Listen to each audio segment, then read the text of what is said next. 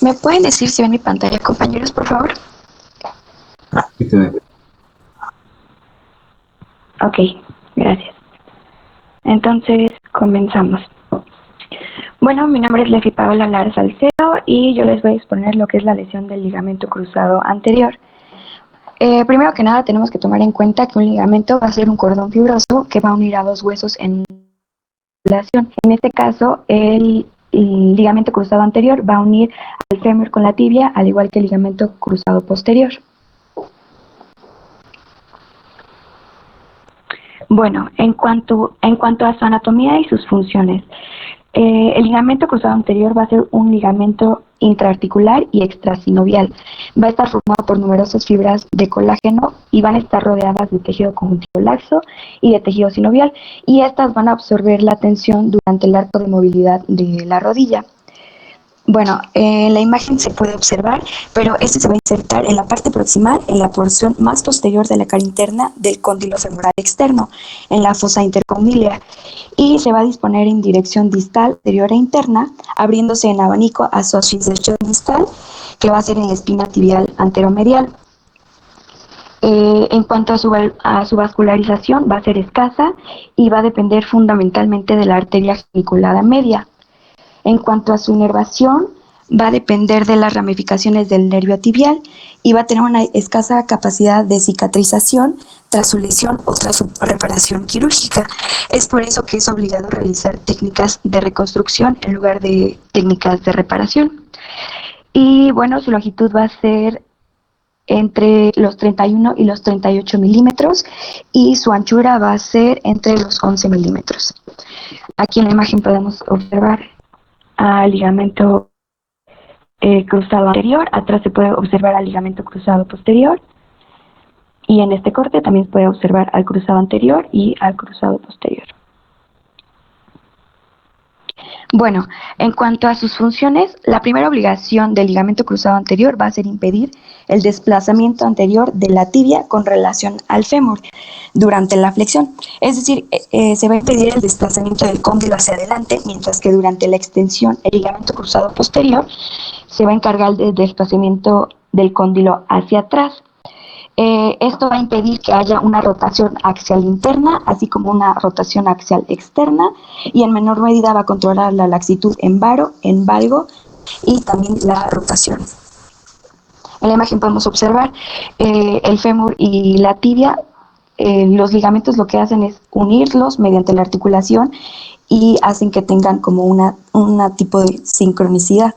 Si al estar lesionado este ligamento, el fémur y la tibia ya cada uno va por su lado, y a la hora de hacer las maniobras para identificar esta lesión se puede observar. Bueno, en cuanto a su epidemiología, vamos a tener que la incidencia va a ser de 4 a 10 en cada 1000 personas en Estados Unidos de América. Se van a estimar alrededor de 200.000 a 300.000 lesiones por año, y va a haber más de 200.000 reconstrucciones del ligamento cruzado anterior, y principalmente va a ser en de alto riesgo, como los atletas adolescentes y que participan en un deporte de giro o de corte. Diversos estudios indican que 1 de cada 60 mujeres deportistas pueden sufrir lesiones de este ligamento, y va a abarcar el 64% de las lesiones de rodilla en actividades deportivas de corte y pivote. Los deportes implicados en esta ruptura va a ser el fútbol soccer, el baloncesto, el fútbol americano, el béisbol, el alpinismo, el balonmano, rugby, voleibol y lucha, en ese orden. El deporte que muestra más incidencia con esta patología va a ser el fútbol soccer.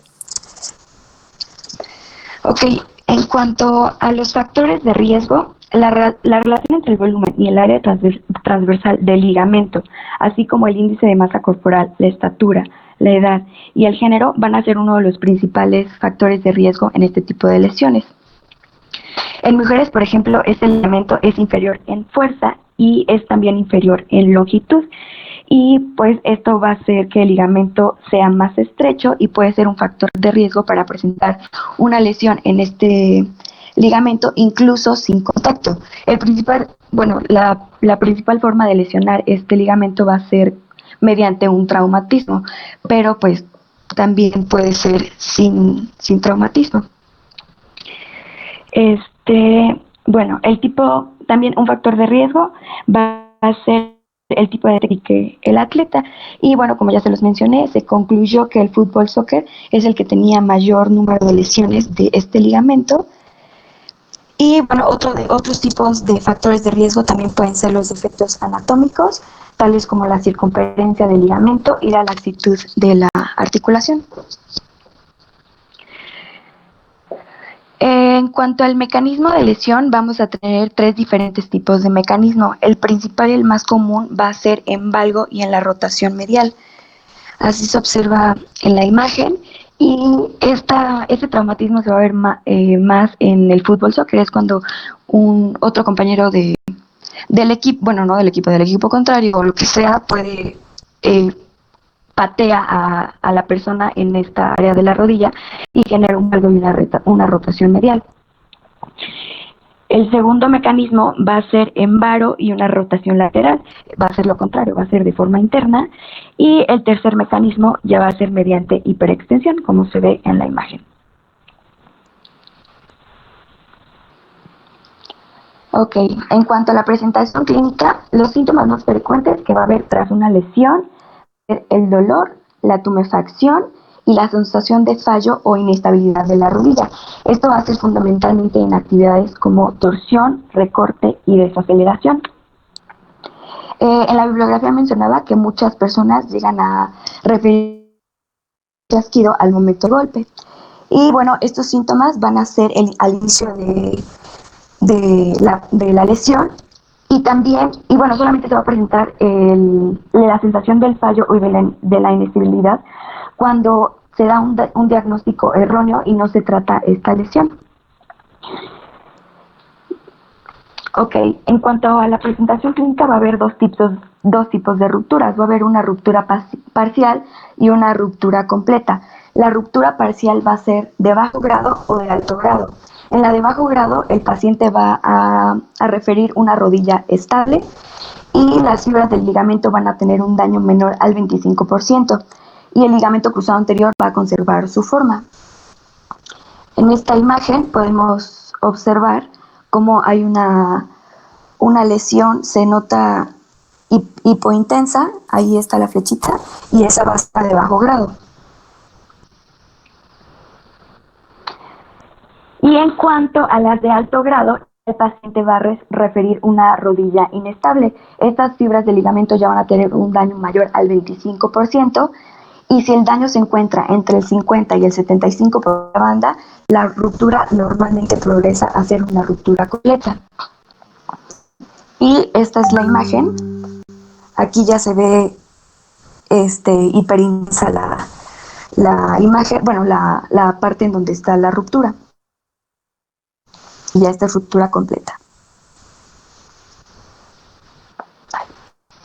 Y bueno, en cuanto a la ruptura completa, el sitio más frecuente va a ser en el tercio medio, después va a ser el tercio proximal y posteriormente va a ser el tercio distal. Y en estas imágenes, en las flechitas, se observa ya como hay una ruptura completa del ligamento anterior cruzado.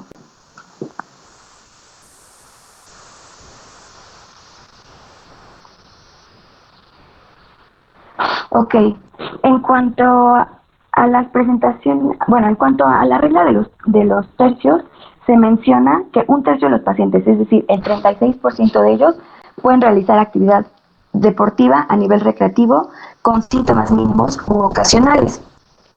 Otro tercio de esos pacientes, que va a ser el 32%, deberá renunciar a la actividad deportiva a nivel recreativo, pero no tendrá problemas en las actividades cotidianas. Y finalmente, el último tercio, que va a ser el otro 32% de la población, sufrirá síntomas con las actividades cotidianas. Esto va a ser, depende de cómo se genere la ruptura, si va a ser parcial o si va a ser completa. Y en cuanto a la clasificación, que ahorita se las voy a explicar, vamos también a poder identificar en cuál tercio se encuentran los pacientes. Bueno, ahora vamos a tener esos que les mencioné, como tal, se va a diagnosticar con una resonancia magnética. Al ver en la resonancia la ruta de este ligamento va a ser un signo directo, pero también se van a mostrar signos indirectos, como van a ser las contusiones óseas, la línea de Blumensatt, la fractura de Segons y la tríada triste o infeliz. En cuanto a las contusiones óseas, en esta imagen, bueno, las contusiones van a estar en la meseta tibial lateral posterior, que es en la flechita de arriba, y también va a ser en el surco terminal del cóndilo femoral lateral, que va a ser en la flechita de la derecha.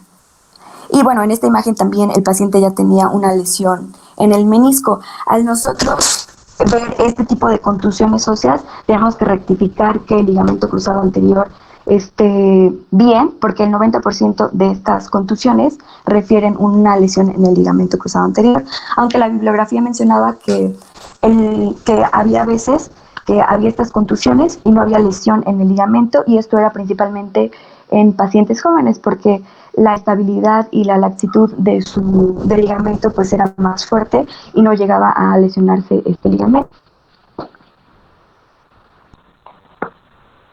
En cuanto a la línea de Blumensatt, va a estar formada, bueno, línea o ángulo de Blumensatt va a estar formada por dos líneas. La primera línea se va a trazar a través del techo de la fosa intercondilia y la segunda línea va a estar el ligamento cruzado anterior. Esto refiere que si el ángulo es mayor al normal, puede ya haber una indicación de que hay una lesión en el ligamento cruzado anterior. También vamos a tener un signo indirecto a la fractura de Segons. Esta va a ser una abulsión ósea, que va a ser de la inserción tibial del ligamento anterolateral. Esto sucede porque el ligamento se jala y se abulsionó, y esta fractura se va a originar en el epicóndilo femoral lateral, en la meseta tibial. Aquí en la imagen donde está el puntito rojo podemos observar la fractura, que la literatura igual mencionaba que esta es muy frecuente cuando hay una lesión del ligamento cruzado anterior. Y bueno, aquí se ve la fractura en la primera imagen, y en la segunda imagen ya vamos a observar la lesión en el ligamento cruzado.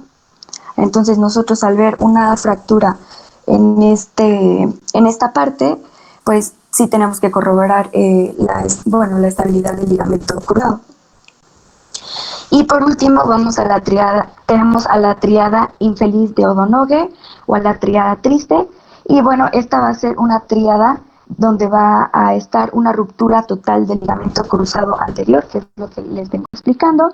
También va a haber una ruptura parcial del ligamento colateral medial, y también va a haber un desgarro del menisco medial.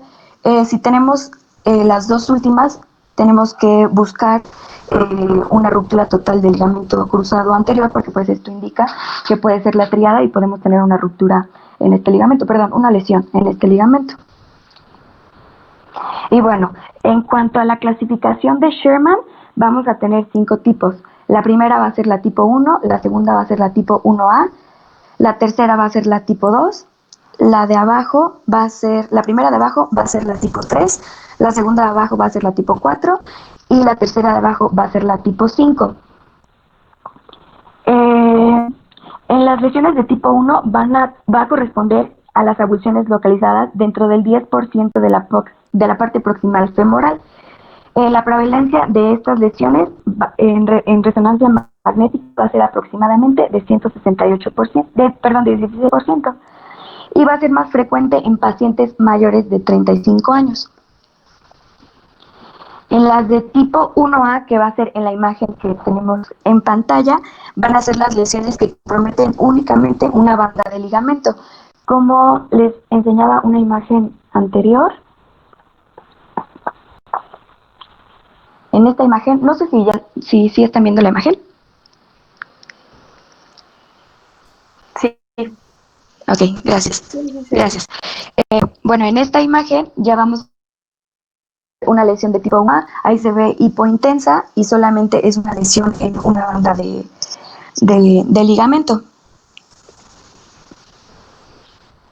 Bueno, regresando a la clasificación, vamos a tener al tipo 2, Estos van a corresponder al tercio proximal entre el 75 y el 90% de las fibras proximales. Después vamos a tener al tipo 3, que va a ser en el tercio medio y va a ser entre el 25 y el 75% de las fibras del ligamento. Los del tipo 4 van a ser las lesiones distales menores al 25%. Y la 4 de las 5 se va a diferenciar, igual van a ser en menores del 25%, pero se va a diferenciar porque ya va a haber una abducción ósea distal, las del tipo 5. Y bueno, esta reparación está indicada, bueno, la reparación, en cuanto al tratamiento, va a haber una reparación y una reconstrucción. La reparación va a estar indicada idealmente en las lesiones del tipo 1 y tipo 1A. Esta no es tan frecuente, pero algunos cirujanos sí llegan a usarlo. Y en cuanto a, y si ya es entre tipo 2 a tipo 5, ya se usa la reconstrucción del ligamento.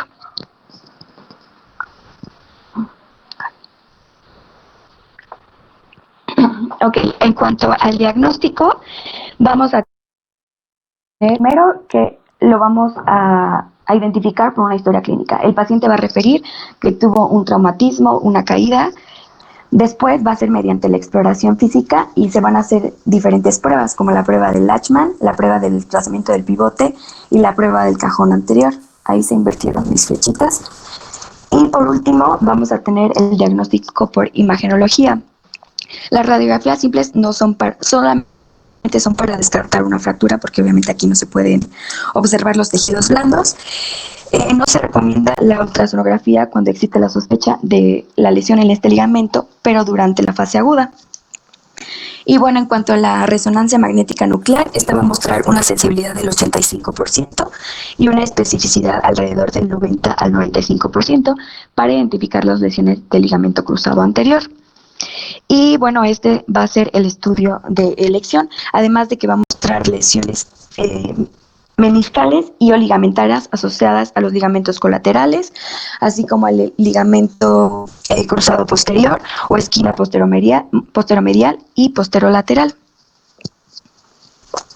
Ok, ahora en cuanto a la exploración física, como ya les había mencionado, vamos a tener 3 tipos de pruebas. La primera va a ser la prueba de Lachman y bueno, durante esta prueba el paciente se va a acostar boca arriba con la rodilla afectada, levantada y doblada en un ángulo de aproximadamente 20 a 30 grados. El médico va a colocar una mano por debajo de la pantorrilla y otra sobre el muslo y va a aplicar una presión para mover la parte inferior de la pierna hacia adelante. Si esta se mueve demasiado, puede ser una señal de que haya una lesión en este ligamento. En la imagen se observa, va a hacer una presión con la mano izquierda que está agarrando el muslo, va a hacer una presión hacia abajo, y con la mano derecha que está en la tibia va a hacer una presión hacia adelante y así lo va a estar moviendo. En ese momento ya el médico se va a dar cuenta si hay una lesión, porque va a ser más desfasada el movimiento de lo normal. En cuanto a la prueba de desplazamiento del pivote, vamos a tener, igual que en la prueba del Lachman, el paciente va a estar acostado boca arriba, pero en vez de flexionar las rodillas, va a flexionar la cadera en un ángulo de 30 grados, de modo que la pierna va a apuntar hacia arriba y va a estar recta y hacia afuera. El médico lo que va a hacer es que va a tomar la pierna por el tobillo y por la pantorrilla, así como se observa en la imagen, y va a producir una rotación interna. Y si esta se produce más allá del límite normal, también puede ser sospecha de una lesión del ligamento cruzado. Como les había mencionado al inicio, el ligamento va a estabilizar a la articulación. Entonces, a la hora de haber una ruptura, ya la tibia y el fémur van a ir cada uno por su lado. Y en estas pruebas se va a observar. Por último, vamos a tener la prueba del cajón anterior. Bueno, durante esta prueba, la cadera se va a flexionar 45 grados y la rodilla 90 grados, así como se observa en la imagen. El médico va a agarrar la pierna por detrás de la pantorrilla y justo por debajo de la rodilla va a colocar los dedos índices sobre los tendones de la corva.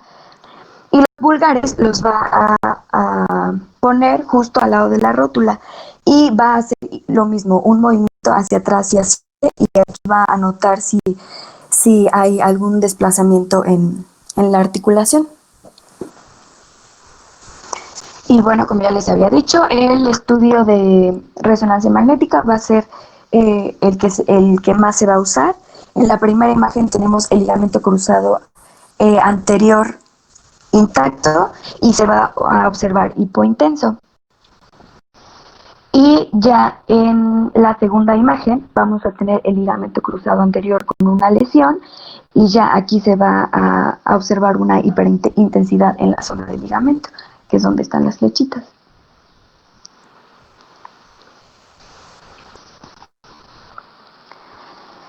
Ok, y en cuanto al tratamiento, bueno, los objetivos de este va a ser que tras la lesión se pueda restaurar la función articular, que va a ser la estabilidad y la cinemática, y sea a corto plazo y a largo plazo, y también prevenir la aparición de alteraciones degenerativas articulares a largo plazo.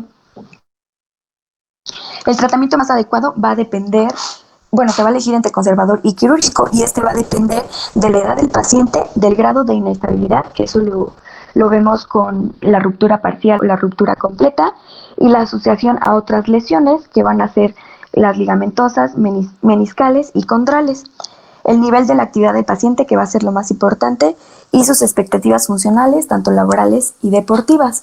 Entonces, en un tratamiento conservador se basa en aceptar un cierto grado de limitación de la actividad, es decir, que el paciente tiene que evitar saltos de recorte y movimientos de giro, incluso antes de la aparición de estos síntomas, y también la realización de programas de rehabilitación para que el paciente pueda recuperar la fuerza, la resistencia y la coordinación de los diferentes grupos musculares, y va a ser enfatizado en el fortalecimiento de la musculatura isquiotibial, que esta va a ser la que sustituye la función del ligamento cruzado anterior.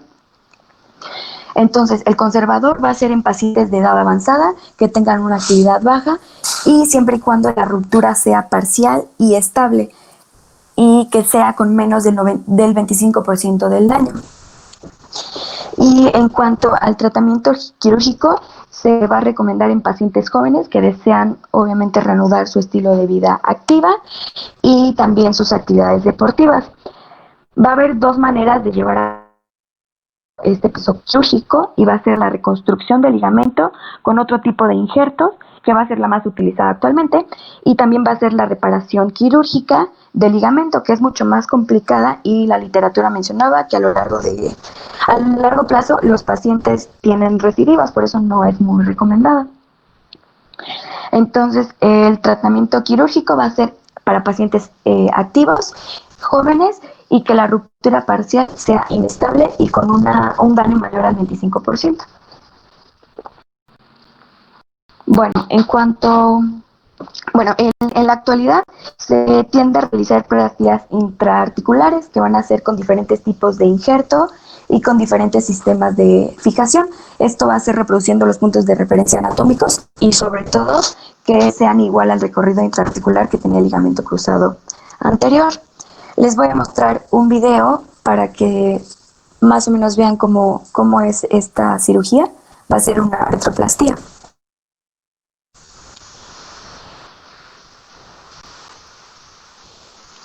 ¿Sí están viendo el video, compañeros? No. No, compañera. Creo que ya dejaste de compartir pantalla. Ay. A ver, lo vuelvo a intentar.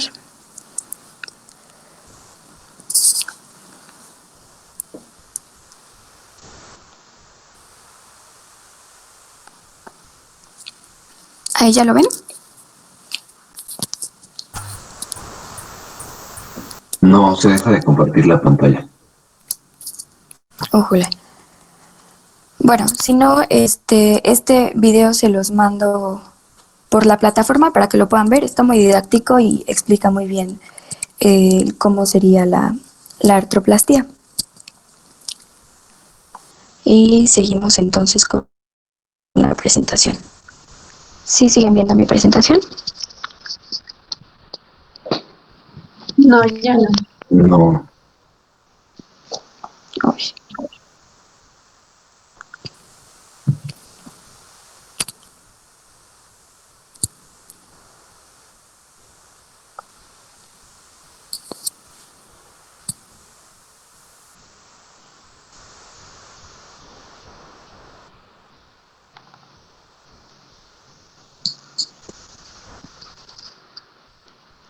Ahí ya la ven.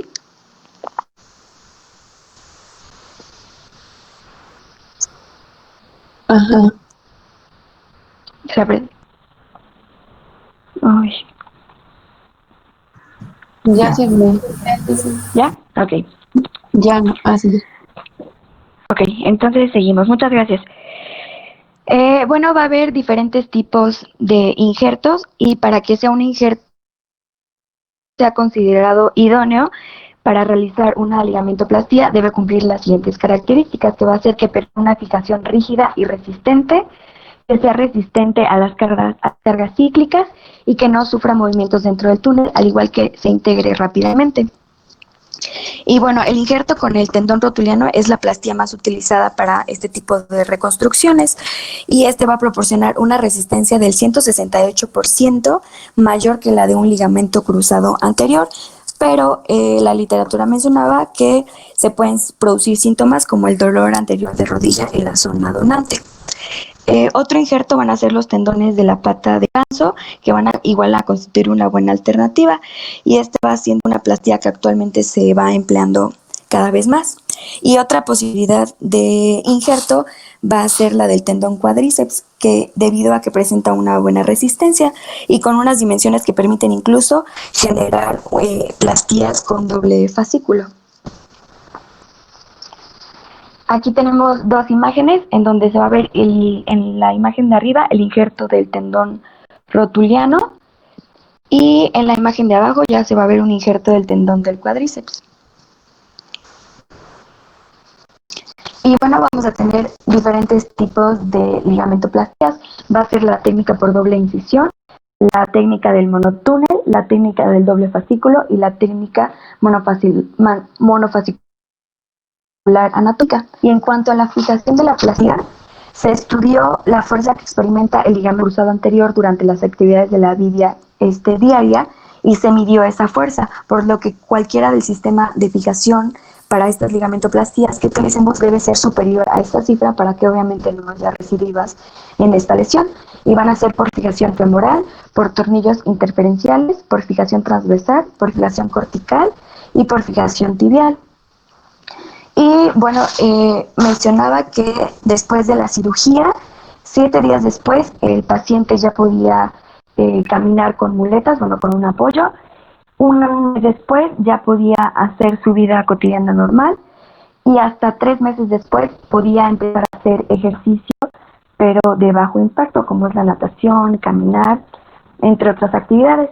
Y aproximadamente dentro de 6 meses ya el paciente podía regresar a hacer las actividades o el deporte que hiciera, empezando obviamente pues de poco en poco y todo con la supervisión del médico. Y esto sería todo de mi parte, doctor.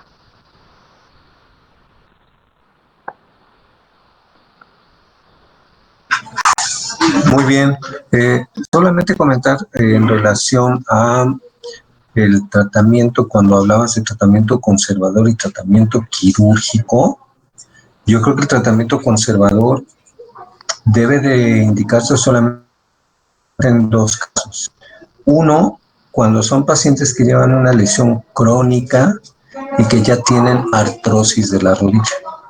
Los pacientes que andan caminando con un ligamento cruzado anterior roto y que no se atienden, al paso de los años van a hacer una artrosis en la rodilla. Y muchas veces llegan a los centros hospitalarios con el diagnóstico de rotura del ligamento cruzado anterior y los envían para que les reparemos el ligamento cruzado. Pero al explorarlos y al ver las radiografías nos percatamos que ese paciente ya tiene una artrosis. No es congruente repararle el ligamento y que quede muy bonito cuando ya su rodilla está toda deshecho el cartílago. Entonces, en esos pacientes ya no hay que repararles el ligamento, hay que dejarlos funcionar, que cumplan la edad suficiente para una prótesis. Y las lesiones agudas y la mayoría de los pacientes los tienes que reparar, tienes que hacer el tratamiento quirúrgico en todos, no importando si tiene poca o mucha actividad física. Si no lo reparamos, ese ligamento se va a ocasionar la artrosis a largo plazo por la inestabilidad. Entre más pronto lo reparemos, el pronóstico es mejor. Sí nos hubiera gustado ver alguna imagen, alguna técnica quirúrgica, sobre todo de semitendinoso, que es la que más se hace, con un endobottom. Hay unas Sí, páginas Perdón. hay unas páginas en internet que es de fabricantes de casas médicas que tienen ya estos dispositivos patentados. Una es de Artrex, así se llama la empresa Artrex. La otra es Smith Nephew. Te metes a esa, buscas técnicas quirúrgicas para ligamento cruzado y allí aparecen unos videos muy didácticos y de varias técnicas. Si lo puedes hacer y mañana las checamos nada más para finalizar. Y a estos pacientes les va muy bien, ¿eh? El pronóstico es muy bueno en cuanto a la función de la rodilla. ¿Alguien tiene alguna duda?